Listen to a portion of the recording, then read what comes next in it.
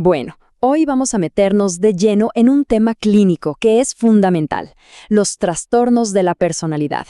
Vamos a hacer un análisis claro y estructurado, basándonos directamente en el marco del DSM-5-TR. A ver, para empezar, ¿qué es exactamente un trastorno de la personalidad? Es importante entender que no se trata de un simple rasgo o de una mala racha. Hablamos de un patrón, uno que es duradero de cómo una persona piensa, siente y se comporta, que choca con lo que se espera culturalmente y que, sobre todo, causa problemas serios en su vida diaria. Para entender esto a fondo, nuestro recorrido va a tener 5 paradas clave. Primero, la definición. Luego, los distintos tipos que existen. Después, nos meteremos con las causas. Seguiremos con el diagnóstico y el tratamiento, y finalmente, veremos su verdadero impacto. Entonces, empecemos por lo más básico. Es crucial saber diferenciar entre un rasgo de personalidad, que al final todos tenemos, y lo que ya se considera un trastorno. La pregunta es, ¿dónde se traza esa línea? Y aquí está el punto clave, ¿no?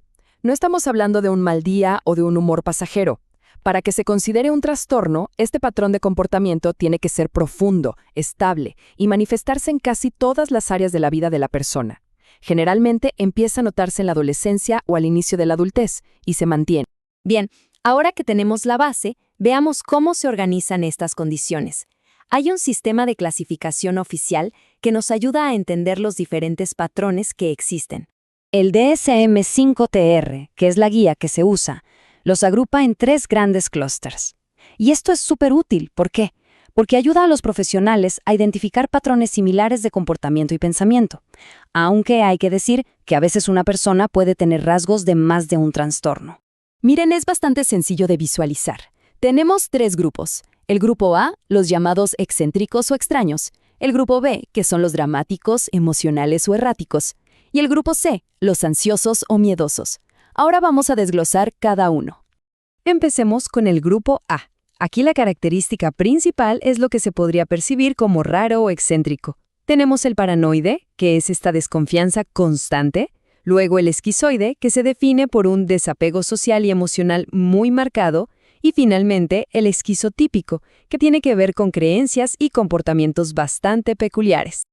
Pasemos al grupo B. Este clúster es intenso. Se define por la impulsividad, lo impredecible y conductas muy dramáticas. Aquí entran el antisocial, con su desprecio por las normas, el límite o borderline, con su montaña rusa emocional, el histriónico, con esa búsqueda constante de ser el centro de atención, y el narcisista, con su sentido de grandiosidad. Y para cerrar los clústeres tenemos el grupo C. El motor aquí es la ansiedad y el miedo. Dentro de este grupo están el trastorno evitativo, con esa hipersensibilidad al rechazo, el dependiente, que es esa necesidad casi abrumadora de que cuiden de uno, y el obsesivo-compulsivo de la personalidad, que se enfoca en el perfeccionismo y el control extremo. Ok, ya vimos el qué. Ahora, la pregunta del millón es, ¿por qué? ¿De dónde vienen estas condiciones tan complejas? Y la respuesta, para que quede súper claro desde el principio, es esta. No hay una sola causa. Hay que olvidarse de buscar una única respuesta.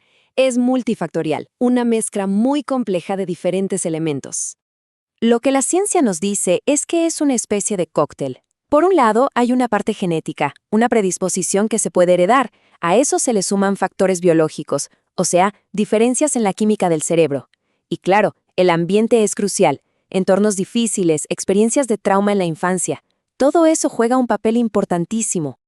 Bien, sabiendo lo complejos que son, ¿cómo se llega a un diagnóstico? Y sobre todo, ¿cómo se tratan? A ver, esto es súper importante. No hay un análisis de sangre o una prueba rápida para esto. El diagnóstico es un proceso muy cuidadoso. Implica entrevistas a fondo, observar, revisar toda la historia de la persona para ver esos patrones a largo plazo. Se usan los criterios del DSM-5-TR, por supuesto, y también es clave descartar que no sea otra cosa. Y para el tratamiento, la cosa está clara. La psicoterapia es la piedra angular, es el trabajo principal. Ahí es donde se abordan los patrones de pensamiento y comportamiento. ¿Y los medicamentos? Bueno, los medicamentos son un apoyo. No van a curar el trastorno, pero pueden ser muy útiles para manejar síntomas que vienen asociados, como la depresión o la impulsividad. Y llegamos a la última parte. Hablemos de números y del impacto real. ¿Qué tan frecuentes son estos trastornos en la población? Bueno, la cifra es impactante. Se estima que entre un 9 y un 15% de la población adulta vive con un trastorno de la personalidad. Pensemos en eso por un segundo. Es una porción enorme de la población. Y el impacto, claro, es tremendo. No solo para la persona. Estos trastornos aumentan el riesgo de sufrir otras condiciones, como depresión o ansiedad. Pueden hacer que sea más difícil tratar otras enfermedades, elevan el riesgo de suicidio y muchas veces, lamentablemente, llevan al aislamiento social o a problemas legales. Todo este recorrido nos deja con una pregunta importante, ¿no? Sabiendo lo complejas que son estas condiciones y lo comunes que son, ¿cómo podemos hacer para fomentar una mayor comprensión y sobre todo para reducir el estigma que las rodea? Porque al final del día, tener información clara es el primer paso para poder ofrecer empatía y apoyo real.